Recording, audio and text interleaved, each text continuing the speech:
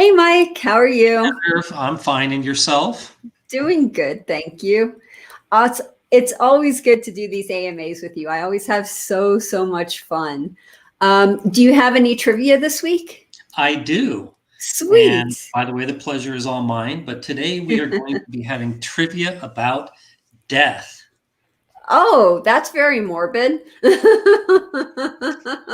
I don't find, I find the topic interesting and not morbid and something people should not be afraid to address and talk about.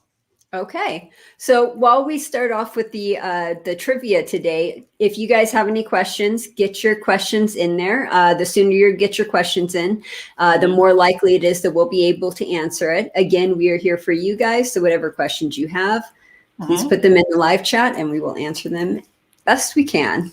Okay. Do we have any questions waiting? We do. Do you want to start off with one? Okay, and I have about 4 Wizard of Vegas questions, so let's alternate until we do all the Wizard of Vegas question. But let's start with the peanut gallery. Sounds good. So our very first question was actually posted at 2:44 p.m. In the Big Six, the 1, 3, 5, 11, and 23 flag diamond, if we bet just 1 unit on each 1 and 3, and then Martingale when all the other numbers hit, if 1 hits, it's a push, and if 3 hits, you get a 2-unit profit. Is this something worth trying? Is this something worth doing? No, you'll lose when any other number hits, and the Big Six carries a high house advantage. Now, I think this is the Australian pay table, which is not as bad as the American one, but still, there's no way of escaping that high house edge in the Big Six. And the Martingale may temporarily trick you into thinking that it's working, but all betting systems fail in the long run. So, yep, absolutely don't bet the Big Six wheel. So that's my answer to that one. Sounds good. Now let's go with question number 1. Elizabeth Kubler-Ross describes the 5 stages of grieving. What are they in order? For example, if a doctor told you, Heather, you have 3 months to live, what would be the emotions that you would go through? Not good emotions. I would say that 4 of them are bad and one is good. Okay, sounds good. I will, and by the way, the rules to my trivia questions always is you're not allowed to search. That would be too easy. So let's try to give proper credit to the people who actually know.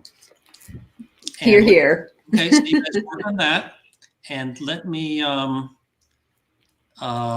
pull up the Wizard of Vegas here. Okay. Well, Heather, while you do that, why don't you ask me another peanut gallery question? Sounds good. So we'll go to the second question asked by InstaTTV. At an electronic blackjack table, how do you know when the cards are reshuffled? Can you get an advantage at an electronical table by card counting or other means? That's a really good question. And it's something that I have heard discussed among advantage players because it would be so easy to count at one of these tables because you could just sit there on a cell phone or even with notes and count with great accuracy. However, they don't tell you when they shuffle. And some of the Shuffle Master units, I think they say that they deal so far into the deck, but they don't tell you when they shuffle. And some people have speculated maybe when there's a dealer change, like you see one well-endowed dealer switch to another one. But that is not correlated with when they shuffle. So the short answer is no, that as far as I know, there's no way to tell when they shuffle. Okay. Sorry, not what you wanted to hear, but now answer. The impression, and I could be wrong, so take this with a grain of salt, but the impression that I got was they shuffled after every hand. So it doesn't matter if you card count because it shuffles after every hand anyway. Some of them might do that, and certainly internet casinos usually do that. But I have heard long conversations about the Shuffle Master units, and how to test for when they shuffle. And before you get into this, I would research whatever particular game you have access to. What do the rule screens say about shuffling? And yeah, that's about as far as I can take that one. Sounds good. Okay, what do we have on the 5 stages of grieving? So we don't have any full answers. Everyone gave a partial answer. Okay. V said anger is first, and then George said first is denial, last is acceptance. That is true. Denial is first, last is acceptance, and in the middle, the whole order goes denial, anger, bargaining, depression, and then acceptance. Okay. So that's what you can expect. Question number 2. What is algor mortis? Not to be confused with rigor mortis. Algor. Oh, I thought you were going to say not to be confused with Al Gore. You know, they did say that he looked very stiff. Didn't they? But I'm bummed. Okay. Next, did we ask a peanut gallery question yet? No, we did not. Okay, so when I mentioned that there was going to be death trivia, Smooth Graph asked, were you to have no obligations like financial or cultural or to family, would you donate your body to science? Do you think it would be cool for a 20-something medical student or Wizard of Vegas member to dissect you? So first of all, let me say that, interestingly, my older daughter is in medical school, and I asked her, when do you take gross human anatomy? And she said, I don't. And I said, I thought it was a rite of passage for medical school students to take human anatomy on a cadaver. And she got snippy with me and said, that's such a myth. You know, you can learn anatomy lots of ways. But then again, I also have a cousin who is also in medical school, like 2 years ahead of my daughter, and she did go through it. So anyway, just throwing that out there. But I would prefer that my organs be used to hopefully extend or save somebody else's life. Yeah,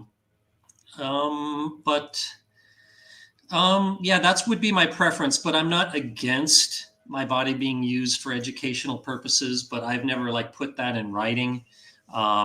It's just, but my driver's license says I'm an organ donor. So that's about as far as I have taken that. Very cool. Okay.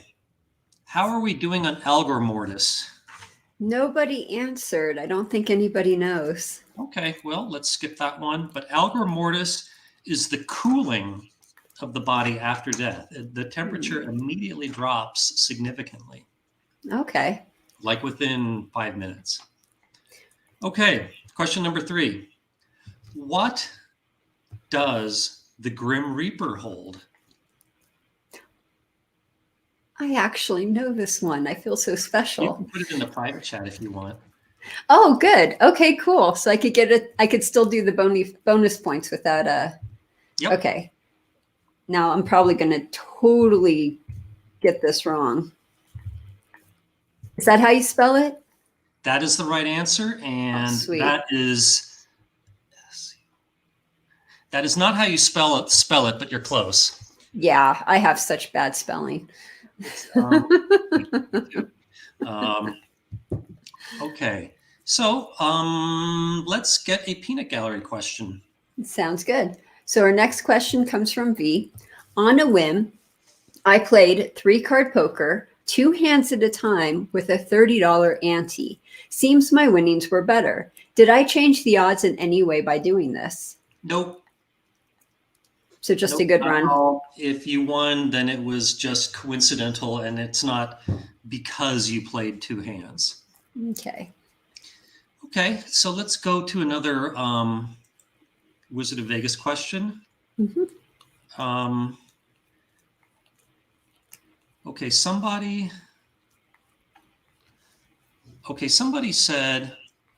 asks, they say that somebody today claimed arbitraged bets where a win is guaranteed is better than a free roll bet that has a positive expected value, even if that free roll EV is a far higher amount. What is your view of that? Okay, let me try to rephrase the question a little bit. So let's say you had two choices. You could have a guaranteed 1% profit, or you could make a bet that was very risky. Like, let's say that it had a 1 in 100 chance of winning, but if you won, then you would get whatever it is that would give you, say, a 2% advantage. And let's say that you can do this only once a day. Which one should you do? And I would need to run the math, but it's quite possible that you would experience a higher rate of bankroll growth by taking the lower expected value that also has less volatility. And I think I'm going to make an ask the wizard question out of this one, because it's a good question, but I just need some specific parameters to work with. But Okay. So it depends. I would need to know more details. But look for a good answer in the next Ask the Wizard column, or you can ask me the next live stream for an update on that. Sounds good. Okay, so how is the Peanut Gallery doing with the Grim Reaper? We got answers, and I'm really happy to see I'm not the only one that can't spell. Let's see if anyone. Okay, Scythe is the right answer. Mm-hmm. And it is spelled SCYTHE. Heather, you forgot the E at the end. Oh, okay. And Ben forgot the C. Yep. But the person, and I'm pretty sure he was going with that. That was V. He was the first one that came up with it, and then Ben came up with it after him. Yeah, I think a sickle, it looks very well. Let me go to images.google.com, but I think a sickle looks very similar. Okay. Yeah, it does. I think a scythe has a longer handle, but they're both kind of have that hook-shaped metallic part used for, I think, cutting wheat. The curved blade. That makes sense. Okay, let's go on to the next question. Sounds Number good. Number 4. What temperature is needed to cremate human remains? Wow, that's really specific. What would you need to? What is the range where they might heat up the crematory to incinerate a human body? So basically, if you have a dead body and you want to burn down a house to hide it, gotcha. Okay. Just kidding. Okay, Heather, ask me a question. Okay, next question, and this should be a good one since it's on the same subject. Jose says, do you find death interesting, Mike? Yes. I probably have more of an interest in it than most people, and I was just looking for a book that I'm reading right now, but I think it's upstairs. But there is a YouTube channel called, just a second, Ask a Mortician. And it's done by a former mortician named Caitlin Doty, and she just she tells lots of stories from her work and debunks lots of myth, but she does it with a lot of humor. And I like her philosophy that's similar to what I just said, that death is a very natural thing, and we shouldn't treat it like it's this taboo thing. Like, it's not, like in many cultures, it's very bad luck. Like in Chinese, to even talk about it, like to even say the word death is very unlucky. But I have a completely different point of view on that. And what can I say?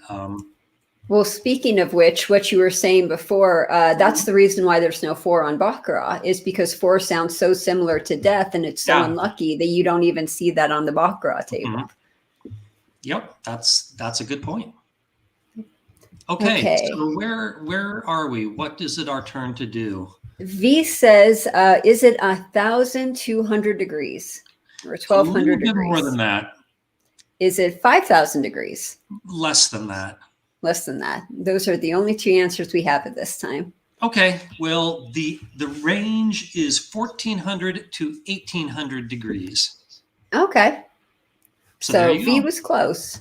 Yep, V gets the closest to the pin award. Awesome. Okay, number 6. True or false?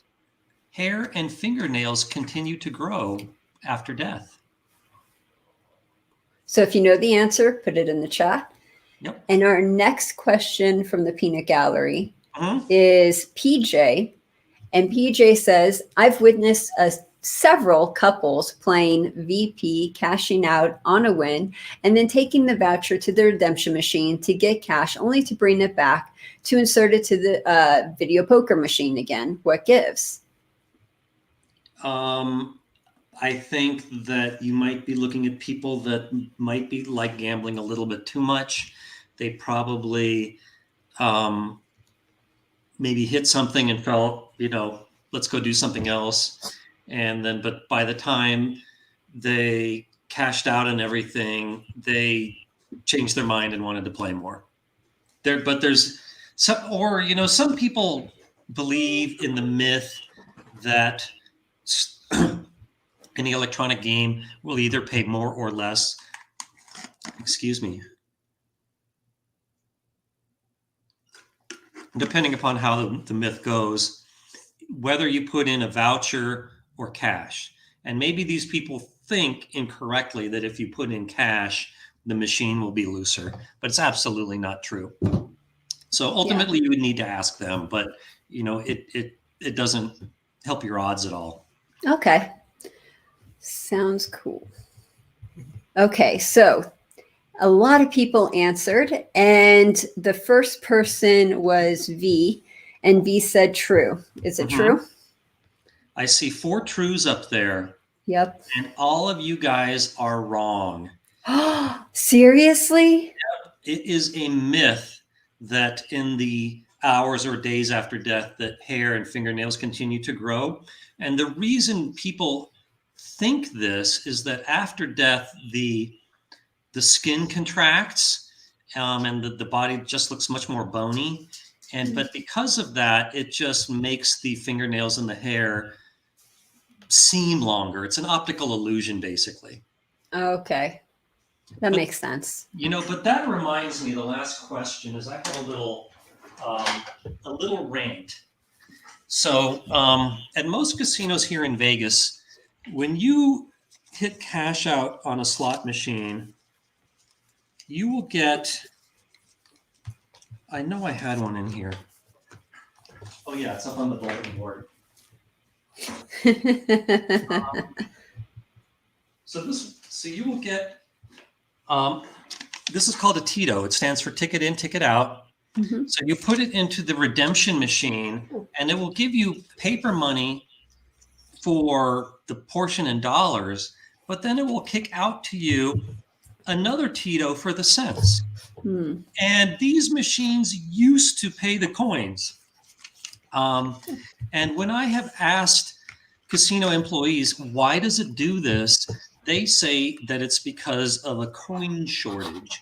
Now, you are allowed to go to the cashier and cash these out, and they will give you coins. But, you have to stand in line, and it's an extra hassle. And one time when I did this, they said, this isn't coming up.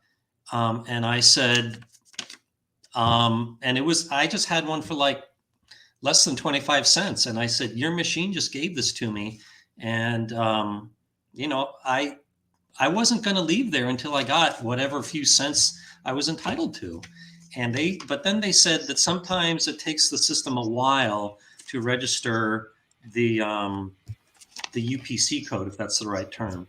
So then I had to wander around the casino for a while, and then I came back, and then it read it correctly, and I got my few pennies. So, okay, let's just say for the sake of argument, there is a coin shortage. What I think that they should do is maybe they can have a box where people can put these in and they get donated to charity, or maybe it's a tip box for the employees in general.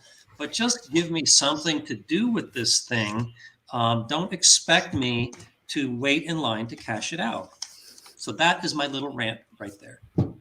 That's a good rant. Thanks. And you wouldn't believe some people, like if they have 6 cents, they'll just leave it. Like it's not even worth it, like going to the machine or going anywhere. It's just you know, I see these things for a few cents laying all over the casinos, and you know, if I were a homeless person, I would think about trolling the casinos and picking these up. Yes. So yeah, and I see that Jim says there is no coin shortage, and I'm not an expert on this, but I tend to think you're right, because one time I went in the bank, and you know, they had signs saying that like we are limiting coins to our merchants, and I said, I see you guys claim that you have a limited amount of coins. If I present to you a great big bucket with like $1,000 in change, which I do have, will you give me cash for it or put it in my account? And they said, no, you have to wrap it and put your name and address and account number on every single roll. And I said, man, you're making this easy for me. If you guys want change, I'll give it to you for face value. Just count it for me. They said, nope. So I am skeptical about this alleged coin shortage. Yeah, because they would take it. Yep. Mm-hmm. Yep. All right. Has there been any comments about my last answer?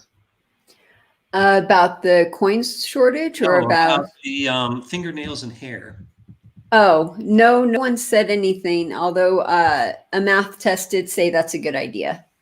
So I'm wondering, I see George Pauly says Sky City, Auckland, and by the way, I love New Zealand, doesn't use coins at all, just vouchers. So let me ask you, if I play slots there and I say have, let's say I have 10 cents, because I think in New Zealand, they not only don't have pennies, but not nickels. So let's say I have a voucher for 10 cents. What do I get with it? What do I do? George, please let me know. And let's go on to another death question. Okay. What is the most important artificial implant to remove from a body before cremation? So and shall I say it's important for the safety of the morticians that work the crematory, if that's the right word. Okay. Okay. So, hope you guys understand the question. Yes. So let's go to a Wizard of Vegas question. Okay. Okay. Oh, I think I lost that window. So Heather, why don't you ask me a peanut gallery one? So Ben says, what is your opinion on working on come out rolls and craps? I favor that. So the reason is that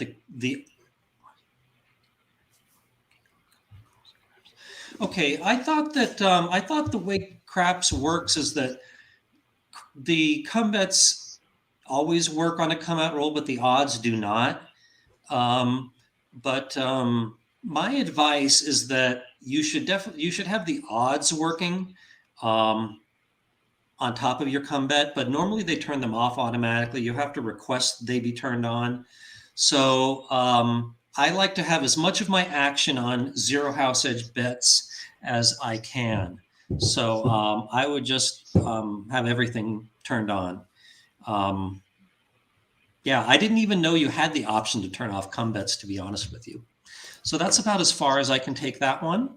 Okay. So now, if it's working on any of the prop bets, do you think they should work to turn it on if it's any of the prop bets? You shouldn't make prop bets in the first place. Yeah.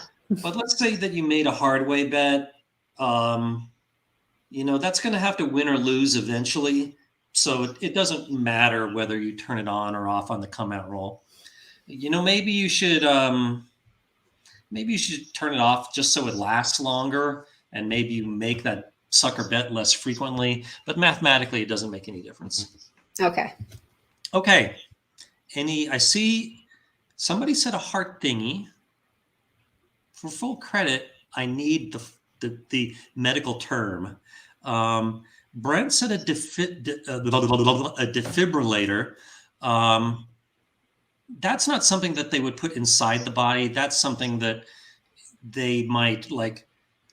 Isn't that the thing that, like, if you stop breathing, that it would like shock your heart back into beating again?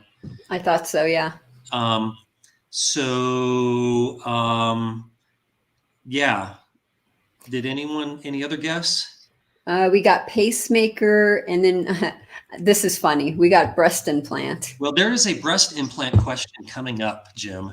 Oh, so you're early. I'm going to have to give the closest to the right answer award to the one who said the heart thingy.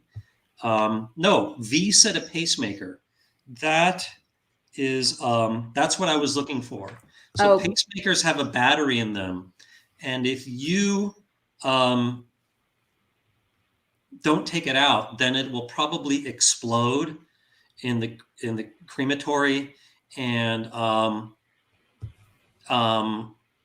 you know, who knows? Maybe it doesn't explode in there, but maybe once it's all done and they take the ashes out, then it explodes in the mortician's face. And this has happened before. So yeah, you got to remove those pacemakers. Sounds good. Yep. And I just want to point out real quick that Ben got it before V. So Ben said pacemaker before V said pacemaker. Okay, Ben, you get the credit. The point for answering first. Okay. Okay. Next question. Oh, here it is right now. True or false? Breast implants should be removed before cremation. There you go. There you go, audience. And meanwhile, Heather, please ask me a gambling question. Will do. So Alex says, can you calculate the maximum number of hands it will take to have some number of red and black cards in a game of Baccarat? To have the same number of red and black cards in the game of Baccarat. I could easily, you know, if I were to answer that, I think it would be most easily done with a random simulation. Now, yeah, but here's an interesting thing, that mathematically speaking, the answer is probably infinity. And you might say, no, it's eventually going to happen. How can it be infinity? But if I rephrase the question to, let's say that you keep flipping a fair coin, what is the expected number of flips it will take for the number of reds to equal the number of blacks? And that answer is infinity, even though the probability that it eventually happens is 100%. So when you start dealing with infinity, you get into all kinds of mathematical paradoxes. So yeah, so that's my answer. I think that mathematically speaking, it would be infinity. Okay, sounds good. Okay. What do we have on the breast implants, Heather? So V says false. Mm-hmm. Jim says to remove them. Insta-T says false. And Jim says, by the way, defibrillators can be implanted. I did not know that, Jim. So I learned something. Mm-hmm. Okay, here's the deal. It's optional. What happens if you don't remove them is it will leave kind of like a layer of goo at the bottom of the crematory that will need to be cleaned out. So some morticians opt to take them out and some opt to not bother with that and just deal with the goo. So okay, it's your choice. So you either have a clean crematory or a dirty crematory. Yep. Gotcha. Okay, next one. True or false? It is illegal to have an open casket viewing without embalming the body. Ooh, good question. Okay, you guys work on that, and let's go to the Wizard of Vegas for another question. Sounds good. Okay. Speaking of death, what are your odds on yet another Keno lounge closing, and he's referring to the one at the Fremont Casino. You know, it is what it is. Every game has a lifespan, much like any living thing. And live Keno is simply going the way of the dodo bird. Eventually, there will be no live Keno in Las Vegas. You know, already on the Strip, you know, I think the Treasure Island has a little lounge that's in the sports book. It's not even separated. I think Harrah's still has a very little one, but you know, to be honest, I really don't care. I don't play live Keno, so Okay. you know, that's just the way it is. Games come, they get popular, people get bored with them, and they die off. Sounds Okay. good. It's the cycle of life.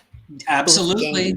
And now I want to start singing that song from The Lion King. It's the circle. Oh, that's the circle of life. Yeah, it's the circle of life. Love that song. Okay. Okay. Let's have a peanut gallery question. Sounds good. So our next peanut gallery question comes from Technics, and he says, we have been having a discussion on the Wizard of Vegas forum, and I hope you could let me know what your opinion is of playing blackjack one-on-one with the dealer. I'm not sure I understand what the question. What's your opinion of playing blackjack one-on-one with the dealer? Well, I prefer that. When you deal with when other players play, they might smoke, they might get mad if you play a certain way. But then again, they might be nice and they might make it more fun. But, you know, all things considered, I would probably prefer to have one or two other players there. And if it turns out I don't like them, I would probably just go to another table or just do something else for a while. Okay.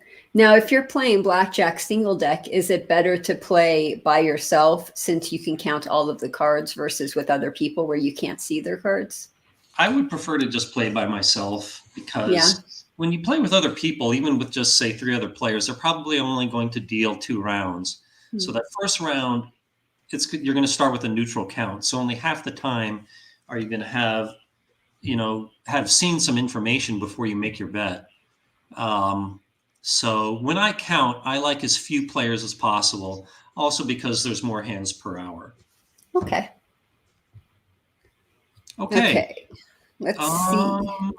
So what does the peanut gallery say about embalming and open casket funerals? Let's see. V says true. Jim says true. I agree. Very interesting. And then Moraz said, yes, they do. Okay. The answer is false. Contrary to what some corporate funeral homes may say, you're allowed to have an open casket viewing without embalming, but it probably should be done pretty shortly after death. But yeah, that's been known to happen. And I think you would need, shall we say, a more progressive, independently owned funeral home to allow that. I think the big corporate places are going to try to get every penny out of you, and they might lie and say that it's a law that the body must be embalmed. I wonder how many people waited like several weeks trying to do an open casket with no embalming, and that's why they had to put the rule in there. I wouldn't want to go to that viewing. No. Okay.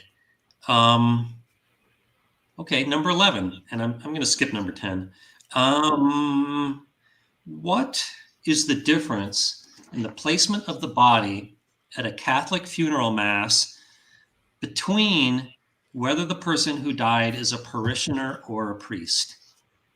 Oh, I didn't even know there was a difference. Yep. So if you looked inside the casket, what would you see that was different?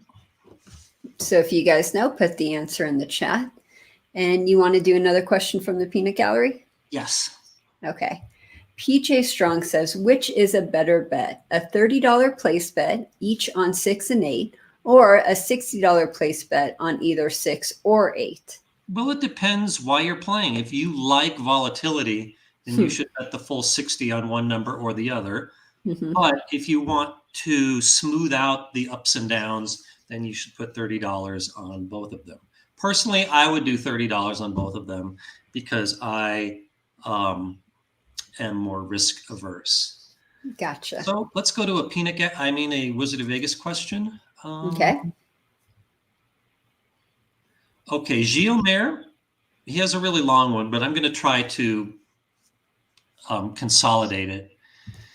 He makes the argument that Glinda is the true villain in The Wizard of Oz. And he makes 5 different points here, but I think his strongest one is that you may recall the ending is that when the hot air balloon floated away because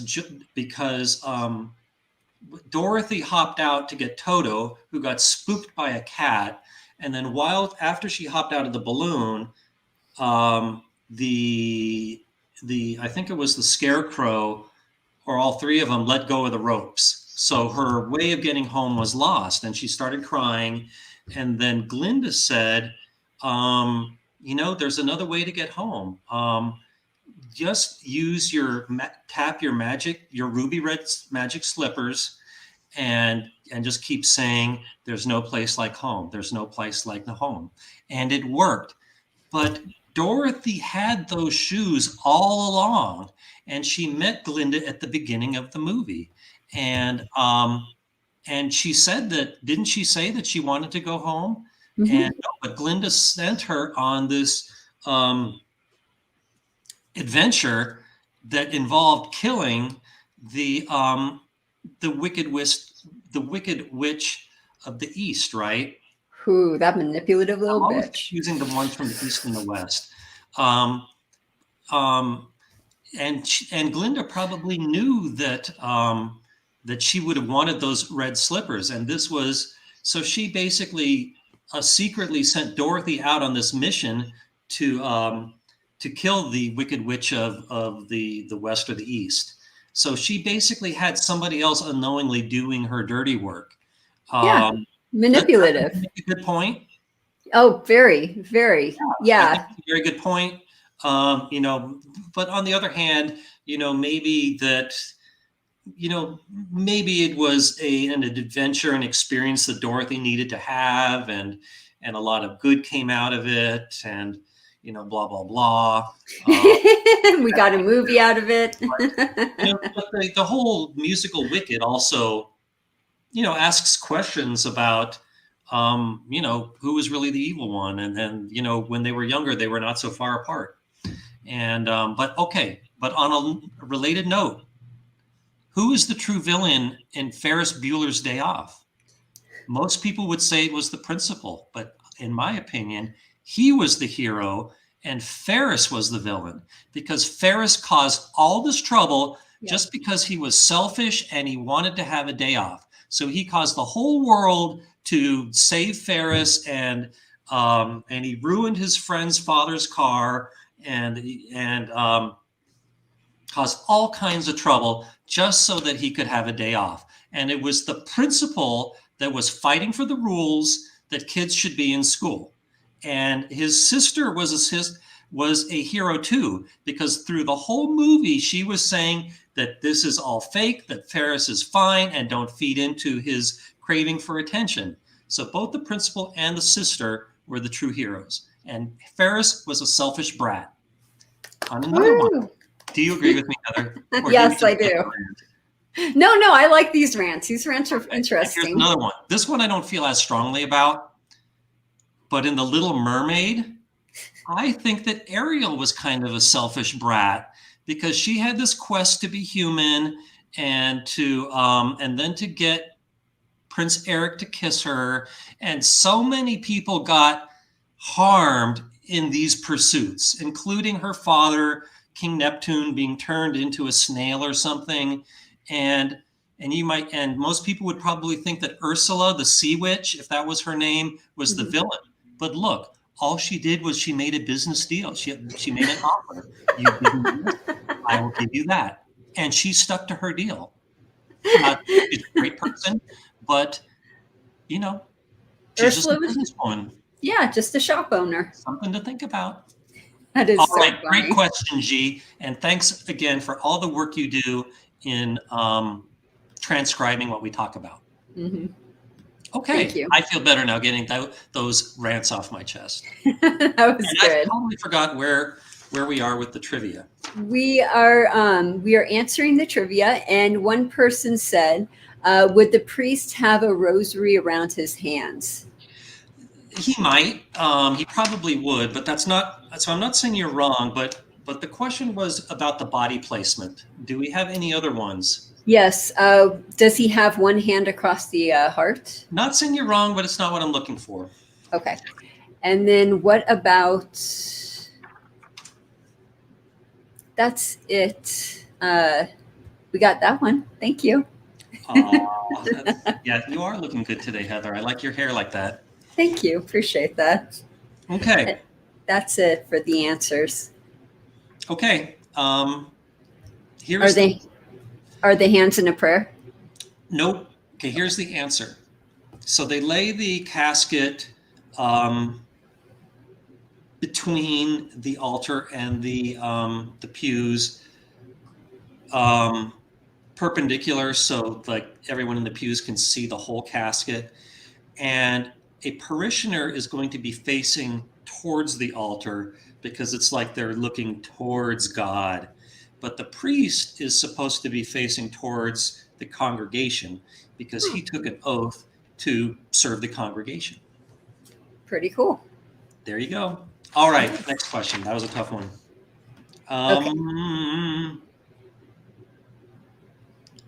Okay. Okay. I'm going to skip 12. On the Abbey Road album cover, portrayed the Beatles in various roles that one might encounter relating to a funeral. Which Beatle was what role? So if you guys know, put the answer in the chat and Yep. we will get to it after this question. Okay. So on Blackjack, why do I need the bigger bet spread when playing with multiple decks? Is there a reason to use a bet spread when I won in and out? Well, the bigger your bet spread in Blackjack, the more your advantage. And it doesn't matter the number of decks. And the reason for that is that let's say that one player plays with a bet spread of $10 to $50. So when he's making a $10 bet in, shall we say, neutral counts, if the count gets really good, the most he's going to be able to bet is 50. And he's probably going to be thinking, man, I wish I could bet more, but I don't want to set off any red flags. Meanwhile, another player has a 1 to 10 bet spread. So he could be betting from 10 to 100. So he's going to have more ammunition for those nice big counts when the player has an advantage. So, yeah. And it doesn't matter the number of decks or if you're wonging or what. A big bet spread is good, but of course it comes with more heat. So that's about as far as I can take that. Sounds good. Let's have another Wizard of Vegas question. Okay. Well, I think we might be caught up. Oh, good. Yeah, we're all caught up with Wizard of Vegas. So Heather, please ask me one from the peanut gallery. You got it. So our next question comes from, let's see here. Morod says, have you studied the teaching of the Slot Professor on YouTube? He goes by Professor Slots or John Friedel, wondering if he is real or a snake oil salesman. Let's see. You got to be careful with some of those people on YouTube. Speaking of which, we say that as we're on YouTube. I'm not familiar with him, so I can't comment, but I'll try to remember to look into this after the live stream and ask me again next week.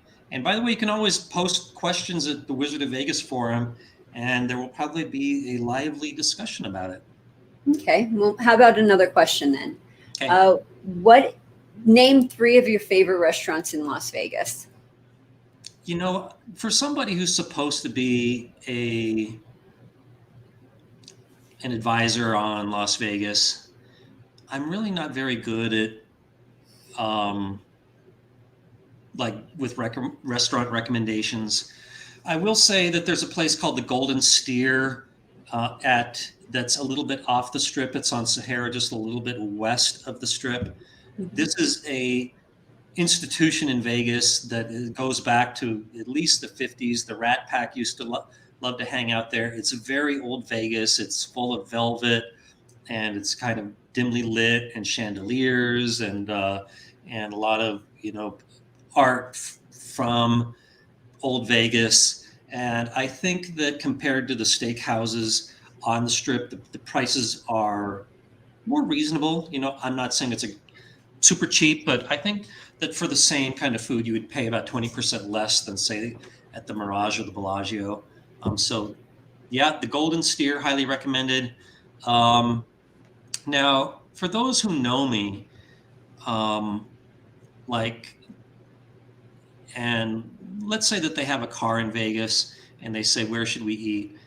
In general, I prefer to eat off strip. I find the strip restaurants to be somewhat overpriced and more difficult to get into, longer wait times. So, and they're more corporate. So, yeah, I prefer to get off the strip to eat, to be honest with you.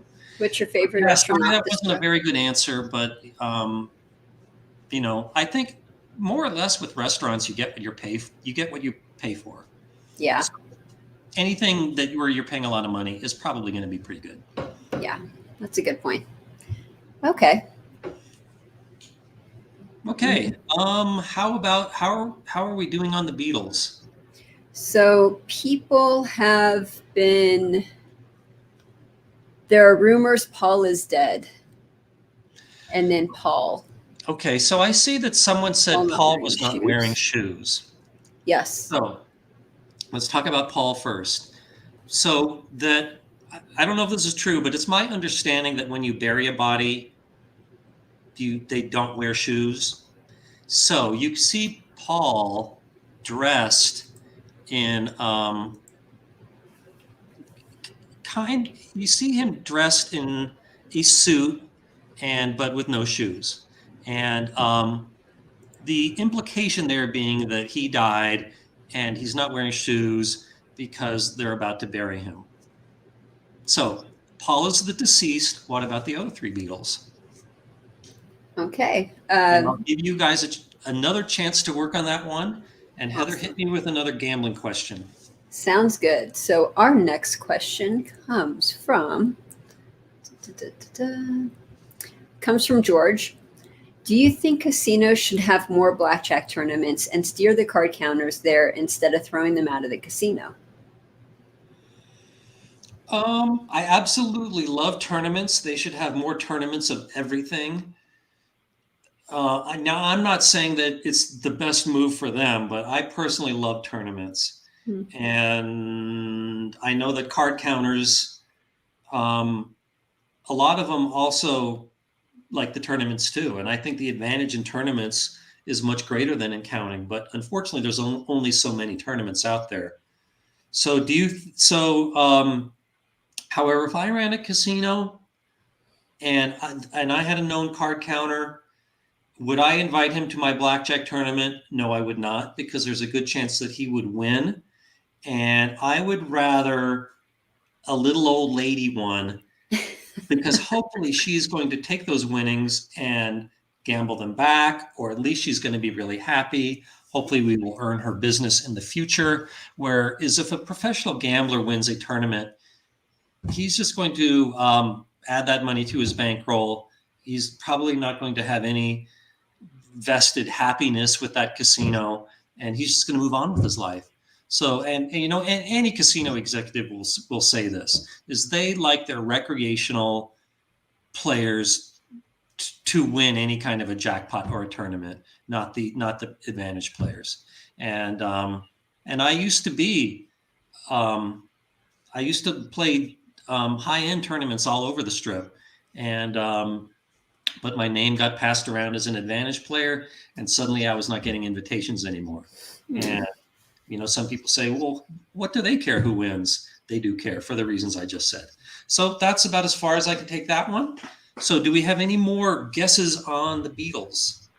Let's see if anybody answered. Okay, I will let you guys look at the album cover if you want to. I know I always say no searching, but you're allowed to have a look at the album cover. And George said pallbearers. I thought that was cute. Pallbearers. I like that. Isn't that cute? You get points for humor, but that's not the right answer. By the way, who in the audience knows what this is a flag of that I'm wearing? Oh, we got flag trivia today. Oh, I will give you guys flag trivia all day long, but I think we've done that in the past. So, yeah, that's always fun. Yep. Well, while people are looking that up, or hopefully not looking that up, Morad says, what are your thoughts on the Providence area of Northwest Las Vegas? Do you know what he means? What's the Providence area? I just know North Las Vegas isn't good. If you do Rancho, anything east of Rancho is technically like not really that good. You could say Northwest. I'm going to go to Google Maps really quick here To check. Providence, Las Vegas. So my opinion is that the Rancho is like the cutoff. And so anything east of the Rancho is like considered like the bad neighborhood or whatever. And then if you do, you got it? Yeah. So this area is right where the 215 changes from going north to going east if you're traveling clockwise. So I have a friend that lives in this area, and it has a lot of cookie cutter houses. Mm-hmm.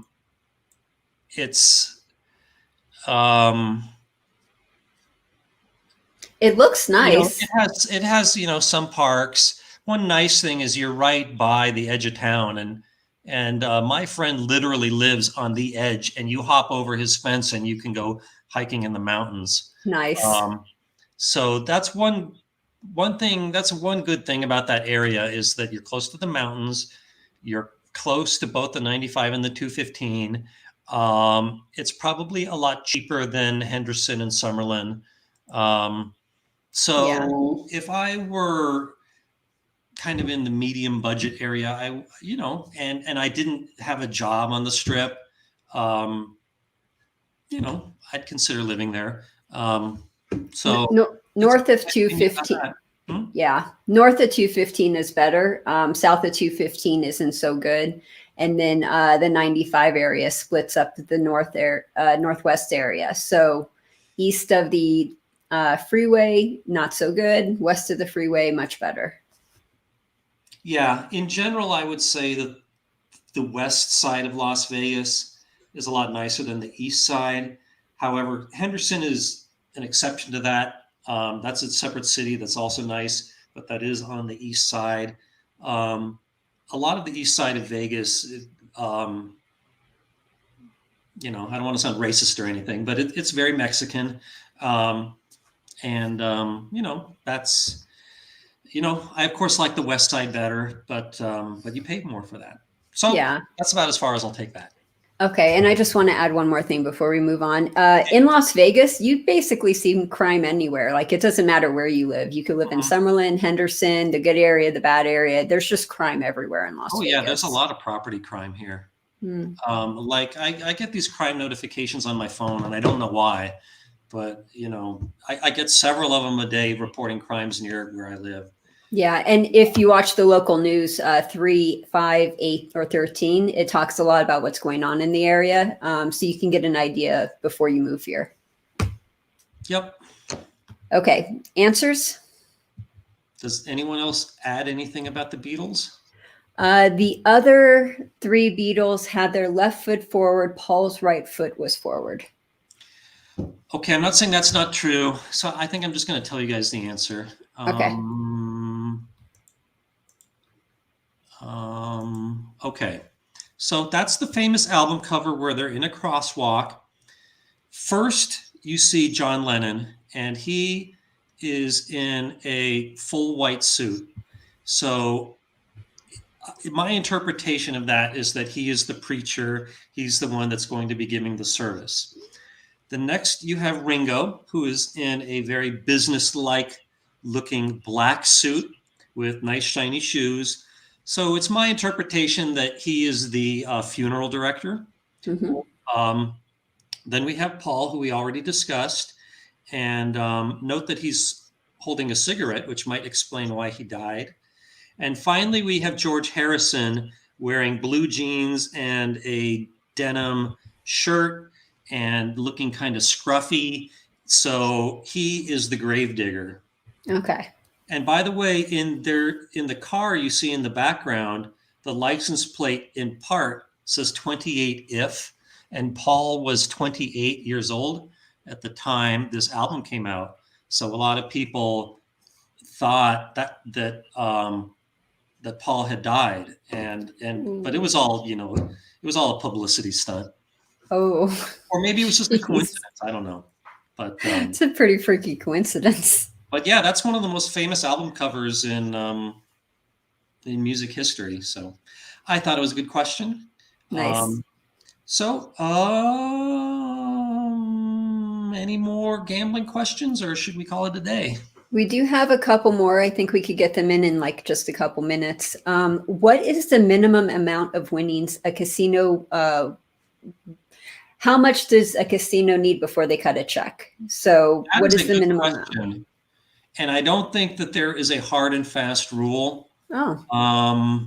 It certainly needs to be in the high thousands. I think that, let's say a Baccarat player won $25,000. I'm sure the casino would not have a problem writing a check for that. I've received checks before too, when I played for larger amounts. But if if it's just for, say, $500, they're not going to fuss with it. And I wanted to show you guys something. Oh, okay.